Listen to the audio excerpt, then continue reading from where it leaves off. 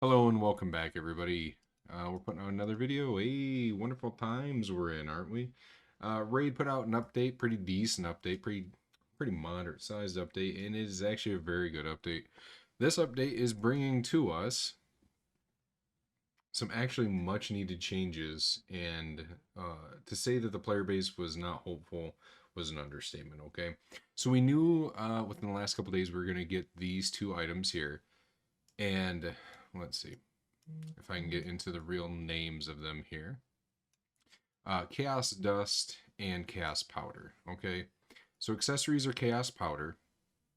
These ones here in the front, and then Chaos Dust is back here. Okay, and Chaos Dust is for artifacts, obviously. Okay, so what they do is they re-roll your Ascension that you try to put on your gear. Okay, now when we first got news of this, we were all like, okay, this is gonna suck.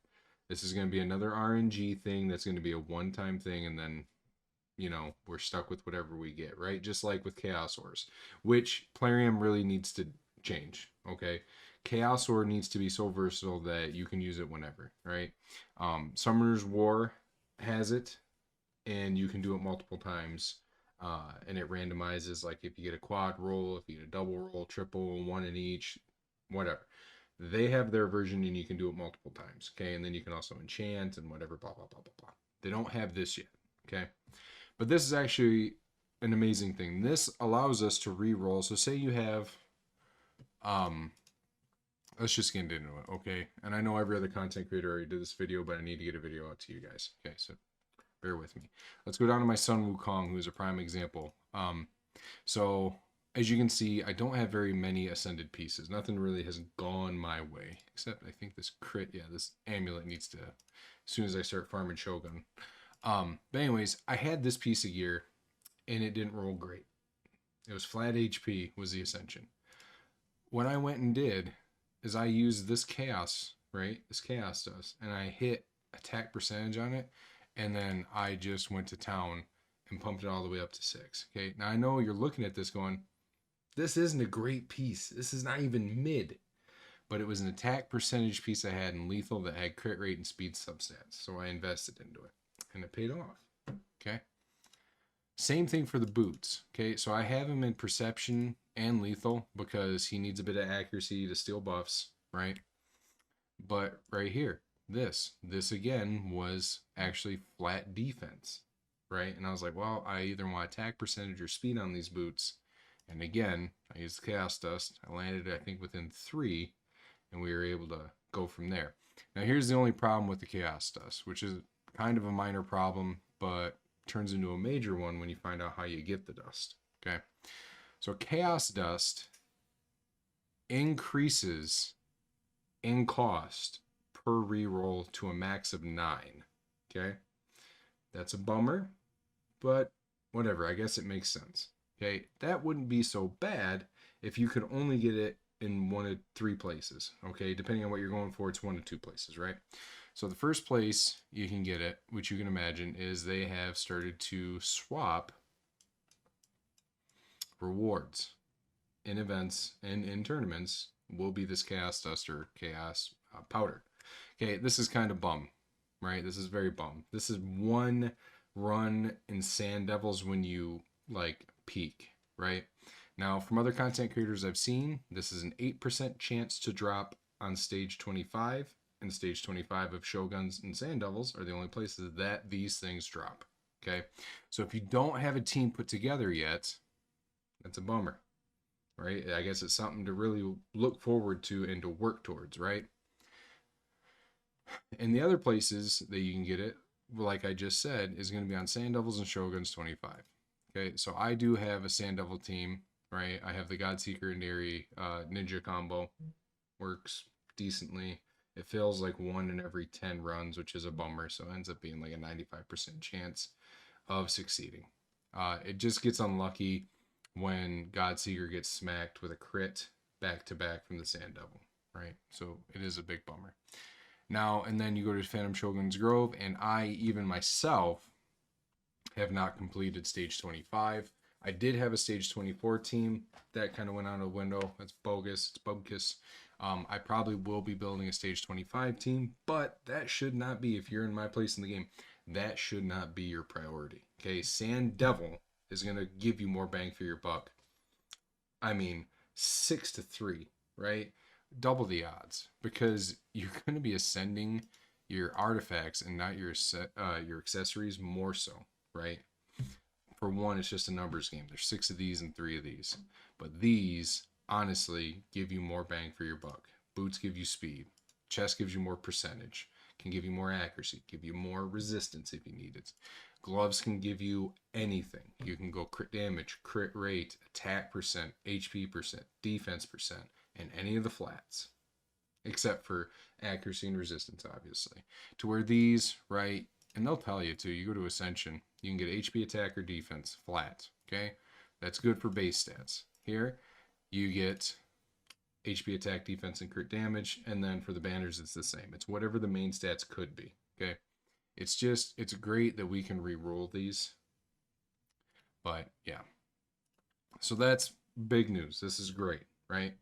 Plarium has also put out more stuff in this article here. You got your bonus reworking, the rules. It tells you right here, it's the top article. Your Plarium ID management, sync your game progress. The shop changes. No one cares except the Ultra Leviathans that live in the Bible, okay? Those dudes are the only ones that care about this, which essentially the shop has changed to not be so limited in your purchases. So if we go to the shop right now, which you should never, ever, ever, ever buy anything from the shop, okay?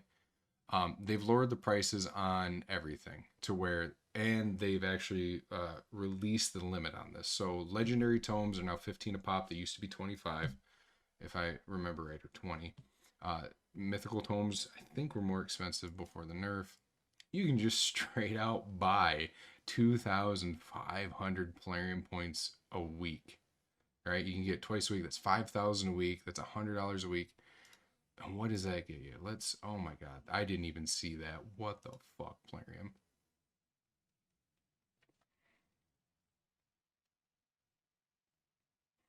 If I spent $100 a month for the next 2 months, I would be close to getting Saoirse.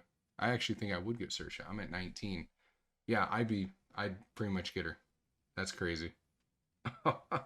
That's so dumb. And then you do this one as well. What the fuck, Plarium? All right, and then her 5-star soul. Okay. Well, there's that in the shop too, apparently. So there we are. Okay. And we can scroll down. The shop has changed. No one cares. No offense. Champion lore. Again, no one really cares, right? The champion lore is mid at best. It's not engaging. It's not really pulling me in. It's maybe because I have jaded eyes and I really hate this game sometimes because of how predatory it is. But there you are. Other improvements and battle fixes. Whatever. Curse the icon. They'll show you the timer now for when you get a refresh. You can honestly just click on your key stash and it'll tell you that anyways. And if you don't know, it's at server reset. So there you are for the dailies. They fixed bugs with Lysandra's transference. Kaya the Rise back with a bang. Timoth the Fool's Kegs of Dread, right? Wu Ji. The Merciless set got fixed. It was applying the cooldown reduction for each attack that you did. So if you had like a triple hitter, right? Boom, it would reset it. So it says fix a bug that caused Merciless artifact to decrease the random cooldowns on each hit instead of one attack. Okay, so they changed that to make it work right. Ostrix Boneglave's pain reversal skill to activate the Shadow Heal Mastery. I don't know anything about that. I didn't even know that was a champion. Oh wait, no, that's the only Void epic in Undead Horde. So that's actually interesting. They fixed more bugs, just a bunch of minor stuff. Borgoth's easy prey thing with Miscreated Monster and War Master, whatever. It's all fine and good. Yeah, I mean, there it is. And there's some more news too I'm going to talk to you about. As you notice, I'm very sparingly putting out any content. Usually I'm just streaming account takeovers or like doing the Curse City, mostly Hydra Clash, so I can hang out with you guys and talk. That won't change, okay? But I did pass my crown off to somebody today because the game really has screwed. me in all emotion. It's rough, and I'm not here to be on a soapbox and be like, oh, boo hoo, poor me, fucking, oh, feel bad. No, I just am telling you the situation and the facts of the situation. Um, I love and hate Raid severely. Uh, I love it for its game aesthetics. I love it for its kind of strategy that it has. The lore's okay, right? But what I hate about Raid and what really severely pushes it against other things is how predatory they are. And that's all gacha games. And I feel it's more intimate with Raid in me because I've been playing Raid for 5 years. And as of this morning, I had passed off my clan leadership role over to Choco Puma. He is more deserving of anybody to be the clan leader. Damnation, right? We started out as the old Dutch clan. I came into it as an American, one of the few Americans they accepted in the beginning, and then it just ended up becoming almost like half and half.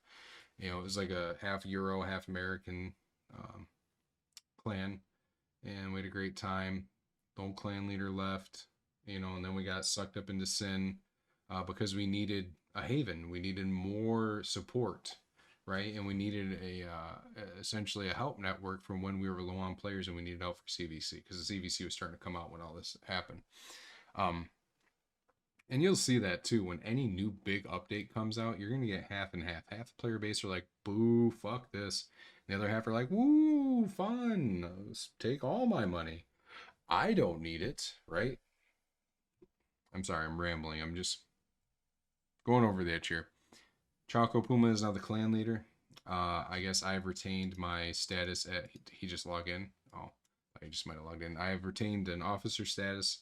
Uh, and like I told them in the game, I'm going to be less active. The only time I'm going to actually put effort into stuff for the clan is Hydra Clash and CVC when needed. I told them it's bare minimum, so I'm going to log in, do my dailies, and I'm going to log out, and I'm going to conserve resources. And I'm still sticking except for mystery shards, because you gotta do your dailies. I'm still sticking with not opening shards. Okay, I'm just gonna keep holding on to them, right, until something happens, I guess. In other news, I have actually gotten past a couple stages in the Cursed City tonight on hard. So I did finish normal. It gave me Bubkiss. The chest legit gave me an epic tome and I think 2 4-star chickens and some silver, and that was it. Man, that was a that was a haul, right? And for majority of the player base, you're going to complete normal. I expect you to complete normal, right? It's so much more open than hard's difficulties, okay? An epic skill tome and 2 4-star chickens and some silver. It's it's something. You gave him something, but it should have been at least like a legendary skill tome or one free summon from this new summon pool bullshit. That should have been what you gave to the player base. Come on. Being too stingy, you know? But there you are. But yeah, I did complete S18 finally. This is actually easier than I thought once I had switched some gear around, and it worked out wonderful. And then over here, I did this before I left work tonight. I was able to complete this stage with this team as you see depicted here. It took me 132 turns, and yeah, just lucky RNG. And I will actually be posting a video explaining the stats and everything for these champions. Okay, it's gonna be it's probably even gonna be a short for S18 hard. Reach out of Legends hashtag whatever. But yeah, I am actually hard stuck on S19 right now, and we have 6 days and some change on hours left to finish this. And I don't think I'm going to be able to finish it, mainly because of the stage here. I don't have enough champions to take this on. You need a lot of CC, and as you can see, the teams that are doing it will go down all the way to the worst, right? They're in the top, but whatever. They're using a +4 Ronda. They're using Artak. They're using Lord Chamfer. They're using Killian the Lucky, and they're using Denag Skull Reap. And, Growhack, Denag, multiple Killians, Ronda, Shriek. I might have to use Shriek. I have 2. That might be an option. But what I'm really starting to find out about this entire thing, it's just stun set. Like, you thought you needed stun set to get through, like, faction wars and, certain dungeon content, I guess, at some point. Because after a while, in, like, Doom Tower, stun set doesn't matter. right? You're not going to really use it unless you're like using Uko and then you're using him in arena, right? Curse City should literally just say stun set. You need it. And that's it. And you need multiple sets with high speed rolls and high defensive rolls. Okay. That's all it is. Right. If I just went and started just like retooling all these guys into stun set, boom, this content's done. Right. If I put Rhonda in a decent damage, decent speed stun set, this is over with. Right. Artak, probably keep him in his immortal regen setup because he's my solo farmer for Ice Golem Hard 10. You know, Cormac, I built him not thinking. Funny story about Cormac. I thought this ability here was AoE. He was going to give your team accuracy and crit rate. He gives himself accuracy and crit rate, and then gives himself an extra turn. Boo! Change that to everybody. This guy's not going to see any play outside this secret room, Curse City. Okay. Yeah, he's just a single target nuker. He is a non-void faceless that looks pretty cool, right? The Irish mythology. But yeah, there you go. Just to ramble on a little bit more, I should be able to do this no problem. I have a lot of very good champs that are high awakening at this point that I can use in this. So yeah, we'll see. We'll see. My main thought on this entire thing is to like go Seer, Demitha probably, use those two. We're already over half, right? And then I'm just gonna be like, well, you know, Yumiko, Fortis probably is my main damage dealer. And I probably want to rely on a revive champion. But I don't think I'm going to find one in this star range unless I go down to my epics. And that's another thing. A lot of people aren't thinking like, oh, the epics. Yeah, go down here. Use your epics. Boom, we hit 20. Right now, yes, I have gotten lucky. I pulled this. I pulled that. I actually have been buying Godseeker and Neri fragment pieces for Split Ascension. Or not fragment pieces, but you know what I'm saying. And then Yumiko I've been buying as well. And I did target farm Seer. And again, you can do that. You can target farm the champion that you want. Is it going to be quick? If you're lucky. But you can do it. Okay. So this is what I plan on taking this down with. Could probably do some other stuff like this chick too. Miss thighs. This one right here. But that's going to be it for tonight, guys. I will post a short tomorrow showing everybody the set and everything for S18. So, all right. I hope everybody has a wonderful night. Thank you for tuning in, and we'll catch you next time.